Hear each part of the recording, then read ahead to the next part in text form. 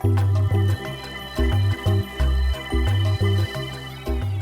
morning, good afternoon, and good evening. Welcome to the Business Travel, the official podcast of the Global Business Travel Association. My name is Linda Biko, and I am the chair for the Inclusion and Culture Committee, and I will be hosting this amazing podcast today. And I'm delighted to be joined by two amazing guests. So if you don't mind, I'm going to introduce each of you, and if you can just give me a quick overview of yourself, and then we're going to dive straight in. So I'm going to start with you, Alana. Hi, good morning. I'm in California, so it's morning time here, but my name is Dr. Alana Dillette, and I'm an associate professor at San Diego State University and also the co-founder of CODE, which stands for Collaborating on Dialogue and Equity. And I'm really excited to be here today and share a bit about our traveler identity study. Perfect. Excellent. Thank you. And Evita. Yes, thank you so much. So my name is Evita Robinson. I am the founder of No Madness Travel Tribe. We are a community of about 40,000 travelers of color, largely based out of the US. I am also a two-time now Emmy Award-winning storyteller and really look to pull the stories of communities and people and what makes brands, destinations, and entities tick. Perfect. Excellent. Thank you. Now, I do have to say, I mean, for me, looking at the report and looking at all the stuff that you do on social media, I found it absolutely amazing. So I'm just going to start just really looking at, why did you both think that it was important to study identity and why now? Yeah, definitely. It's a good question and it's a great place to start the conversation. The first time we did this study was 5 years ago, so in 2020. And we all probably remember what was going on that year, a pandemic, a global pandemic. But it was also the start of a global reckoning. There were global protests all around the globe.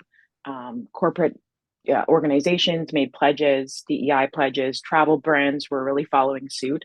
And even in business travel, right, inclusion really became this measurable value that a lot of organizations were paying more attention to, from who we book with to who we send on the road and who we consider, right? And so for that moment, and we had over 5,000 people participate in that study, for that moment, it really felt like, okay, there's some momentum building. Yeah. Fast forward 5 years, 2025, we're calling it the reaction to the reckoning. And we saw a really big shift. There was a lot of DEI fatigue. Our political climate had changed. Interest in budgets really started to shifting. And a lot of companies quietly started moving away from something that they had shouted from the rooftops about. And so we felt like it was really important to notate the differences between those times and to really understand how some of these decisions were impacting people's travel experiences, both in the business and in the leisure space. So what matters most for this moment, we feel like, is where company values lie, right? When we think about business travel, it's essentially company values going on the road. And so we wanted to understand those unique experiences from the identities of all travelers, right? Which is why it's called the Traveler Identity Study. Yeah. And to kind of piggyback off of what Alana was saying too, I think especially when we're looking at US markets, so much of what's happening, even on a political stance right now, all of it is really about eradicating stories. And for me, kind of coming in as the storyteller and the marketing end of this whole trio that we have here, it's really important that we not only archive them, but that we also allow these communities and the people that, are the generators of them in the back end, that we allow them to speak for themselves and also honor what that process looks like in different ways. And so, just kind of piggybacking off of what Alana said, I think that that's an important addition as well. Mhm. Yeah. I think for me, having read some of the stats, I mean, some of the stats were, quite staggering in terms of what you achieved and what it is now. Do you want to share any of the stats or some of the findings before we move on? For sure. It was a large study, right? So thinking about this conversation, I wanted to share what we felt like were some of sort of the biggest revelations from the research. And I think that, I mean, the biggest one is, right, identity shapes every single travel experience, right? All of us have identities. We have racial, gender, sexual, our ability, our work, right, our family experiences. And so it affects how we feel when we travel, right? Even in neutral settings, neutral business settings like airports or hotels or conferences. So it's really an operational idea. And one of our biggest things that we think your audience hopefully will identify with is that travelers are willing to spend more money um, per week, $215 per week on destinations that demonstrate a real commitment to inclusion. That was, yeah, go ahead. No, I no. mean, I think that's huge, right? It's one thing to say, like, inclusion is important to me, but it's another thing to commit your dollars to Yeah. that. And we saw that across all the groups that we spoke to. Yeah. And to have a number, I think that actually grounds it very, very nicely, and very succinctly for people, especially in the business sector. Yeah. Mhm. Yeah, I like the fact that you have a number because it makes it more tangible. Mhm. Instead of it being a little bit, nice to have, this is a sure number. So then when people are looking at investing or doing something, they actually can project it a little bit better. And unfortunately, I think sometimes the numbers do actually tell the right story in that regard. Excellent. So Yeah. what I'm going to do is really, if you could like translate, I mean, one core insight or some of the actionable things for the travel brands, what would that be? For sure. I think, I mean, for travel brands, for businesses, thinking about identity first is good for everybody. I think some of the DEI fatigue that we saw in 2025 that was different from 2020 came from people feeling like um, inclusion was excluding others. And I think what our traveler identity study showed, and we talk a lot about intersectionality, is that every single traveler, regardless of who they are, we all have identities, we all carry them. And so to really put that at the forefront of creating unique experiences for people, right? So when employees, for example, see themselves in the marketing of corporate travel programs, right, it signals that they're going to feel comfortable and that their safety is prioritized. Um, so this idea of intersectionality really should help travel managers and suppliers, right, move beyond some of that surface level design of experiences.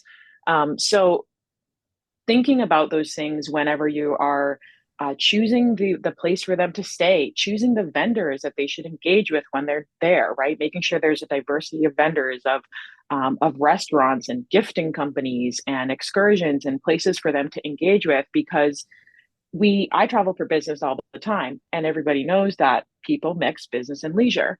Yeah. So this idea of sort of separating, right? We have a professional identity, but it's not completely separate from my other identity, right? My identity as a mother or as a wife or whatever, right? As a friend. I'm taking that into the destinations that I go to.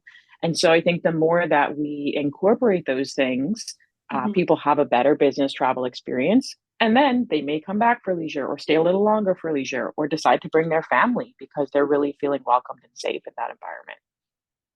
I love that. And I think one of the key things that we're trying to do in the Inclusion and Culture Committee is to really offer more diverse suppliers. So Yeah. trying to put together a list of some of the key diverse suppliers, really just helping the industry in that sense, because sometimes you don't know where to look for those diverse suppliers. So definitely that resonates with me. Now I'm just Mhm. quickly, in terms of what are some of the most common mishaps that you see when travel brands try to be inclusive, and how do you think they miss the mark? Eventia, that's to you. Yeah, I think that there's a number of ways that they miss the mark. I think you have to listen and start with the people, right?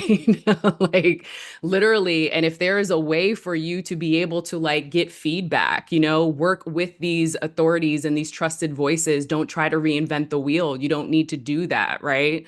Get creative. I think to what Alana was saying, like we hear business travel and the image and the feeling is that everybody's buttoned up and on their best behavior. And nobody, you don't want to see that. But I even look at the social landscape, even places like LinkedIn are becoming way more collegial, right? People are really wanting to connect with their humanity, even when they're out doing business travel. So I think if folks want to book with your establishment, they want to know that they're dealing with humans and not with robots, right? They want that humanity. Unless robots is a part of your shtick, go for it. Times are changing, right? But I think also letting whoever, whether it's a conference, whether it's an event organizer, a sales group, letting their team lead the experience, the energy, and the execution, right? I think a lot of times when you are say you're a lodging or a convention center or things of that nature, many times the venue is the frame of the picture, right? Of whatever they're executing for their own community that's coming in. I think allow yourselves to be the frame and allow these organizers and communities to come in and kind of fill the picture because nobody knows their culture the way that they do. I think when we try to insert ourselves in areas that we're actually not familiar with, that's where we start to run into problems. And that's not just a people thing, that's also a lodging establishment kind of ecosystem thing as well. Allow them to come in and have their culture flourish. And I think that sometimes we miss that mark because we get really stuck on the business angle. Yeah, yeah, yeah. No, I think I definitely agree with you. I mean, in your opinion, how can business leaders apply some of your findings into their conferences, their incentives, their retreats? We're seeing a lot of companies that are now doing retreats, but what are some of the lessons that they can learn to incorporate that into their events?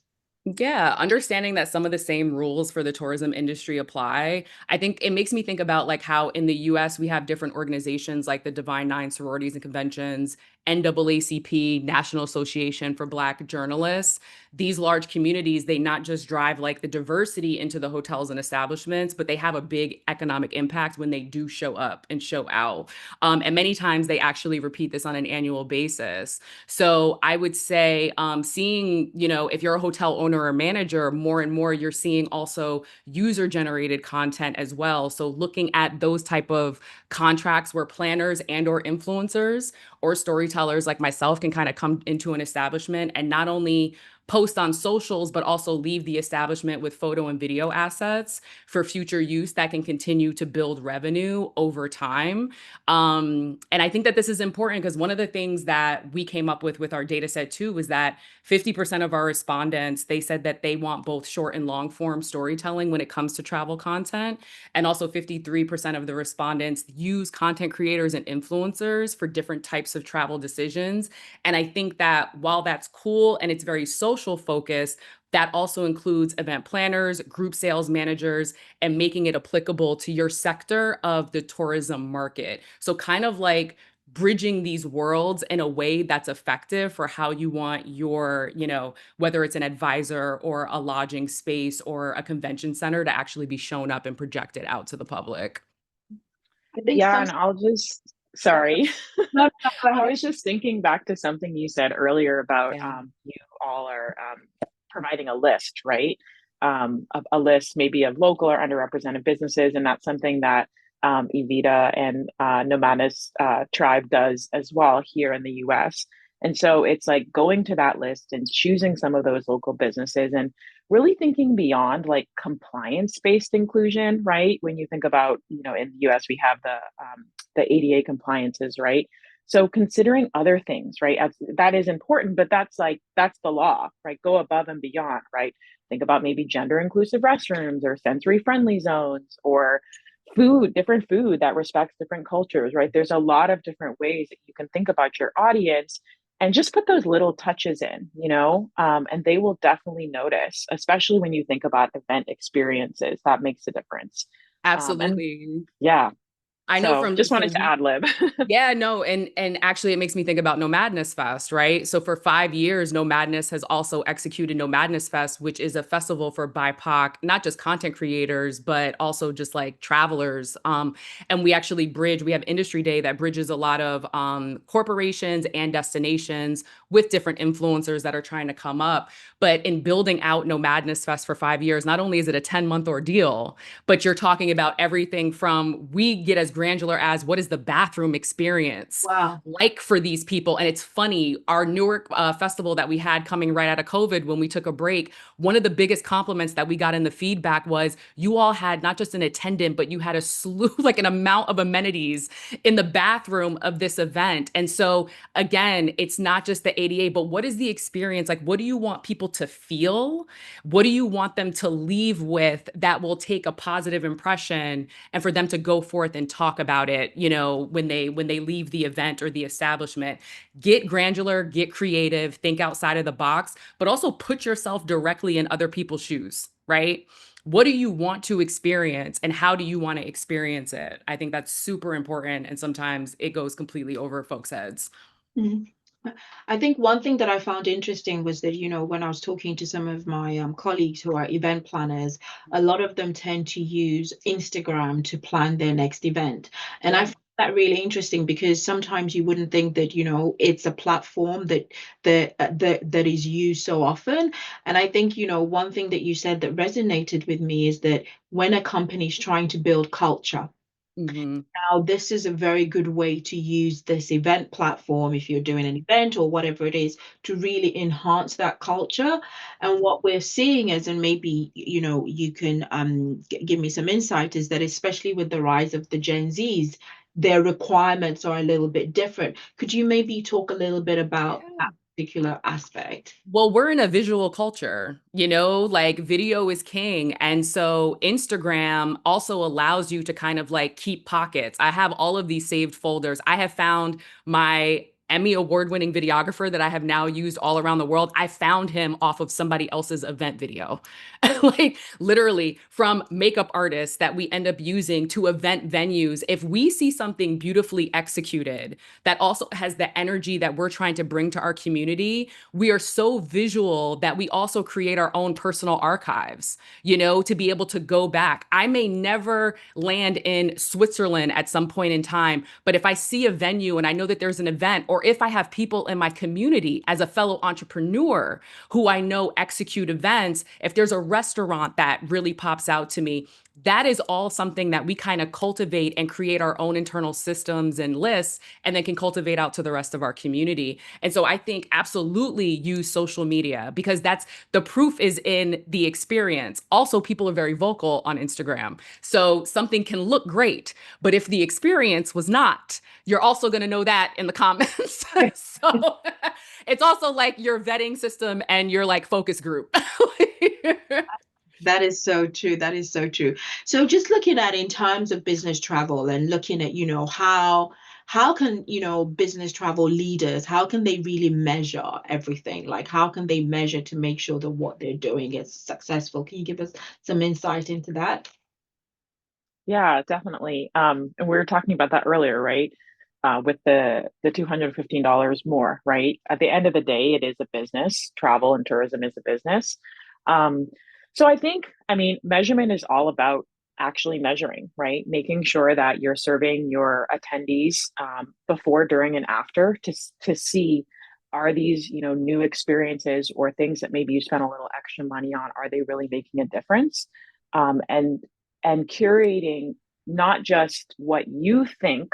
And I think Evie does a good job in this with her storytelling, right? And working with destinations. It's not just what you think will matter to your attendees, but what actually matters, right? So actually asking the community, what is more important? Is it to have the sensory friendly space, or is it to have, a different type of like shampoo or conditioner available to you in the bathroom, right?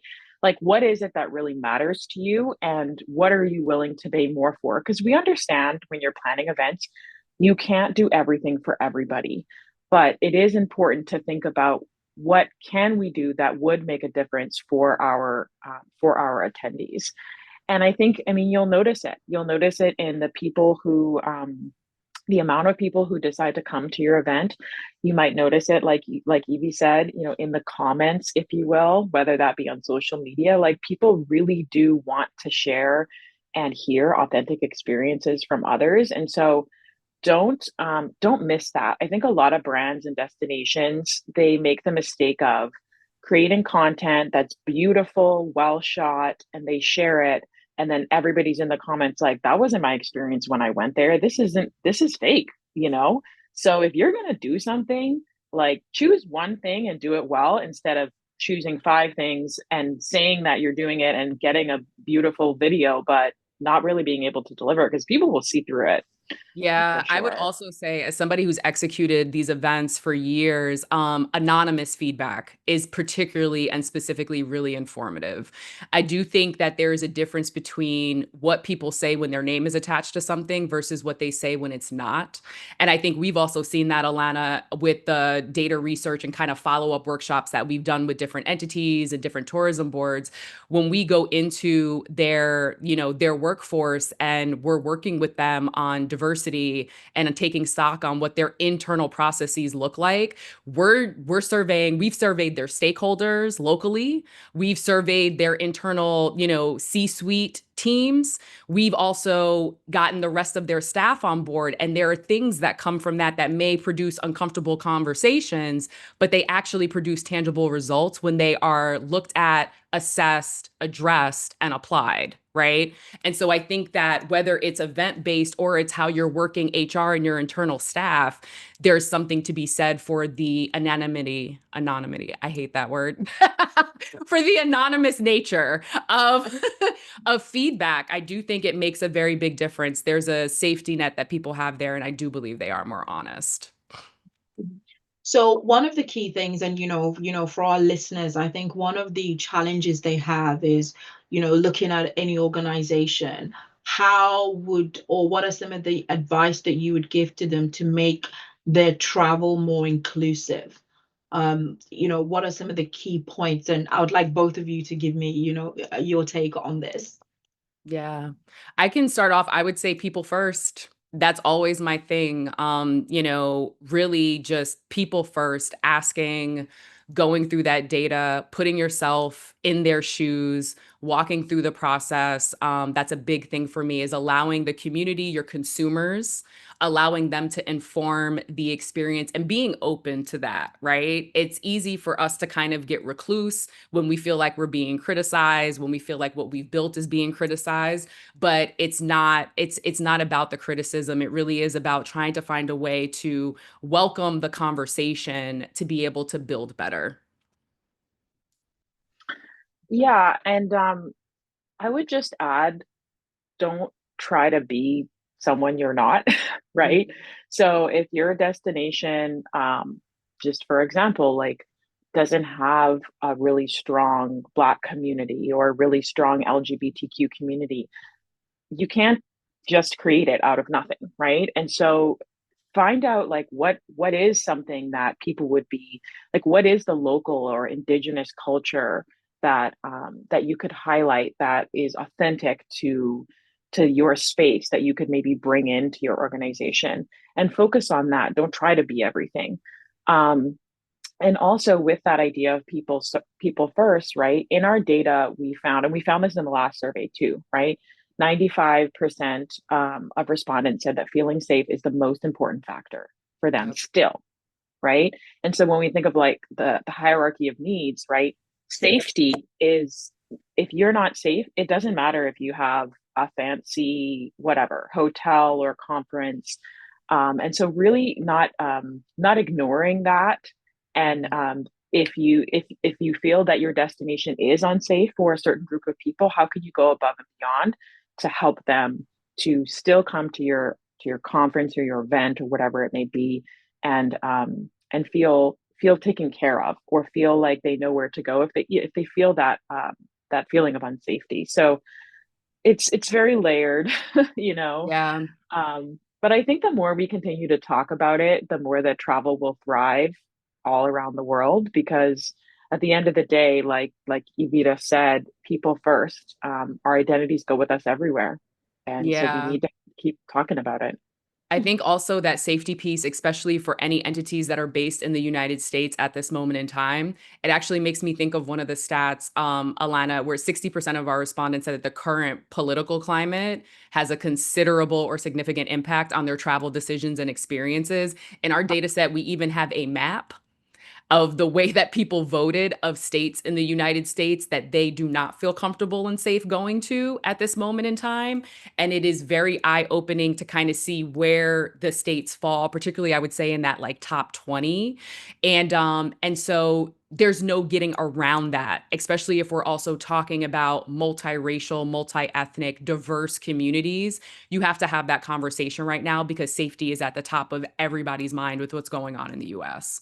Mm.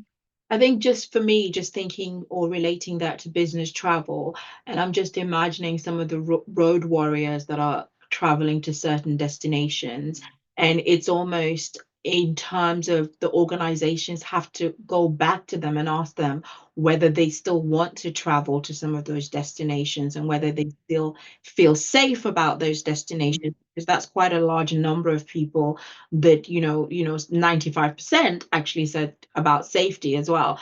And one of the key things that I'm very passionate about is really culture, because I feel that we can learn a lot from culture and just understanding people in that sense. I mean, what are your views in terms of culture and just getting people more entwined with that cultural piece? In regards to business travel? Um, I think more generally, just Yeah. trying to understand someone's culture before you Mm. make judgment. I know you've traveled a lot to Africa, so Yeah. it's really interesting understanding the culture in that Yeah. particular destination as well. Can you discuss some of that? Yeah, I think part of it is putting your biases aside and showing up knowing that this place is set up for the people that are there. And so, egotistical practices kind of they have to be curved and they should be curved. I think honoring not just the land, but also the people that are there. And I'm a big proponent of integrating local businesses, right? And that can look like anything. I mean, when we put our No Madness trips together, I say we treat No Madness like the mafia. We try to keep the money in the family. So we will have a place where we'll poll our community every 6 months, and people don't realize they talk in patterns. And so we'll see destinations that become very sticky just by observing the community. And so we'll kind of toss those destinations and some others into a pot, have them vote to see what interest looks like. And then we create itineraries, but we start within the community. Who are the local transportation people that you trust, right? Especially depending on where we are. Who are the local suppliers that you have? Everything all the way down to the gift bags that we give our people that come in. They're all local businesses, And I think being a business owner, there's such deep impact and there's a gratification that I know I get from going in, even in my storytelling trips. Like these were from Baltimore, a small business in Baltimore while I was shooting there. And we just won an Emmy for that episode.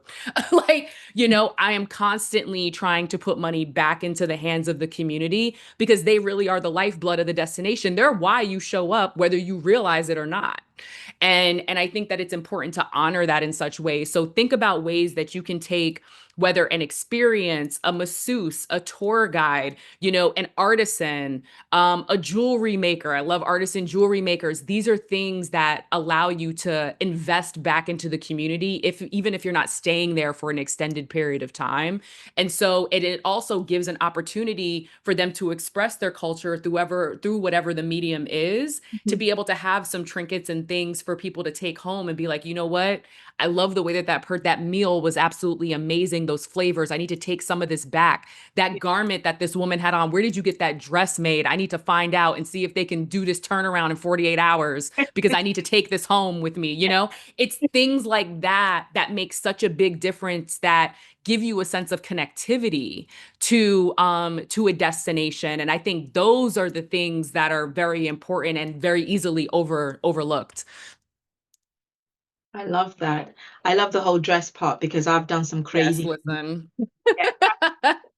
trying to get the outfit made before I got on the plane. So I Like, where did you get this I've done? been there. Yes. so before closing, I mean, for me, what is your hope for the future of travel, business travel? Um, can you just give me, both of you, in terms of what you see the future to be? Mm, I can start. I mean, I just hope that we as an industry, business travel and leisure travel, um, continue to put people first, because our industry is a people industry. Without people, whether it's travelers or workers, like, we don't exist, right? We are an experience industry. Um, and so when we think about people, we have to think about their identities. We cannot sugarcoat people's lived experiences and how they feel when they walk through an airport security line. I mean, that's kind of where it starts, and how that might impact them when they get to your destination, or how they're treated when they walk up to the front desk. And really starting to consider those intersectional pieces of who we are, right? And how that can bring us more together than apart. I think we have lived through a time where we feel like diversity is sort of like this separating word, but it's really not, right? It's something that should bring us together. Even though we are all different, we are all similar. And considering all the different statistics that we've shared, and the data that we collect, to make informed decisions that can impact your bottom line as a business, but that can also help people to have more authentic experiences when they travel for themselves. And like you mentioned, Linda, connect more to the culture of those places, because that's what travel is really about at the end of the day. And that's what gives me hope, is that we're still having the conversation, even though, it's been hit with a few criticisms. We're still here, and we're going to keep doing the work. And so we hope that people keep listening. Yeah. I think that there's something, we're kind of in this interesting great equalizer moment right now. I think COVID was the first great equalizer really in recent time, because we were all sat down at the same time. And I think right now, especially in the US, with just like, the government shutdown that we've been dealing with, and what that's done to the travel experience. It doesn't matter if you're traveling for leisure or business or family or anything, everybody's having the same experience. And I think sometimes we need experiences like this to jolt the humanity back into us. And so I hope that there's that. I think for me, what makes me hopeful and what I hope for in the future is platforming more diverse voices. I think that that's super important for me, because I don't know your lived experience, Linda. I do not know your lived experience, Alana. And the only way that we can be able to relate to one another, learn from one another, and be able to embrace everybody's both uniqueness and similarities is to be able to hear and platform those stories. I think we're at a moment in time right now where archiving who we are, both as people, as community, and as culture, is extremely important. And as far as I'm concerned, is a non-negotiable in my work. And I think that there's something timely, something urgent, not just timely, but urgent about that type of work right now. And so platforming various voices, and allowing them to live in their fullness, speak in their fullness, show up in their fullness. And I think that's really where I would love to see the future of travel going. And I'm doing my best to like I'm gonna keep doing the work. like we all have a part to play. I think, We all have a part to play. no, and I really think so. And I think, that's why, for me, the work that we do in terms of the committee is so important. So in terms of the report, if anybody wanted to, get hold of the report, how would they go about getting hold of the report? Yeah, definitely. You can go to nomadnesstraveltribe.com, and there is a tab at the top for data. And literally it has a link through. You can see some of the, overarching stats of it, and you would be able to pick it up there. It also lives on our social channels and any of our link trees in the bios. You can find it at Nomadness Tribe as well. Even on my personal page, we kind of put this thing everywhere. But yeah, nomadnesstraveltribe.com, and just look for the data tab and you'll be able to get it there as well. Perfect. What I'm actually going to do is we have an inclusion and culture toolkit, which lives in what we call the hub, which is our own space for GBTA. So I will put the link there as well, so that all our listeners can, access that easily as well. Thank you. Now, before we end, is there one final thing that you would like to say, to our listeners? Mm. Is that too deep? I would say, listening to this conversation pay attention to what triggers might have come up. Everybody has different roles, there are different organizations. Consider what the pain points of your organization are, and take the step to start discussing it, right? Because our work, it's about the data, but then it's also about, taking that into organizations and really helping them actually make change with that. And so if you are in a position of power, like, use that power to bring up these conversations, because that's the only way we're going to move the needle forward. And thank you to Linda and GBTA for giving us this platform, right, to be able to have this conversation. I think that's so important.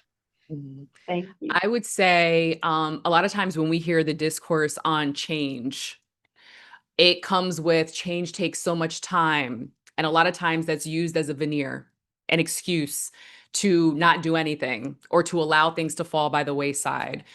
I would really love for more people to approach life, to approach systems, to approach development and innovation, diversity, with the mind frame of what is the biggest amount of change that we can do in the least amount of time. We are in a moment in world history where we need to, things are moving so fast. And we're being shown that a lot of that was kind of like, BS on the front end of things taking a long time. It doesn't necessarily have to. And I think sometimes we just use that as an excuse. And so what I would say is, whatever that thing is that you are moving towards, approach it from a space of, this isn't going to take a long time, but what is the biggest amount of impact and change that we can make in the shortest amount of time? Start there and see how fast things move. I love that. That was quite deep. So first of all, thank you both so much, and I'll definitely put all the links for the report in our hub, because I think it's really important that people get to hear it, but more importantly, they get to understand the stats. So thank you everybody for listening.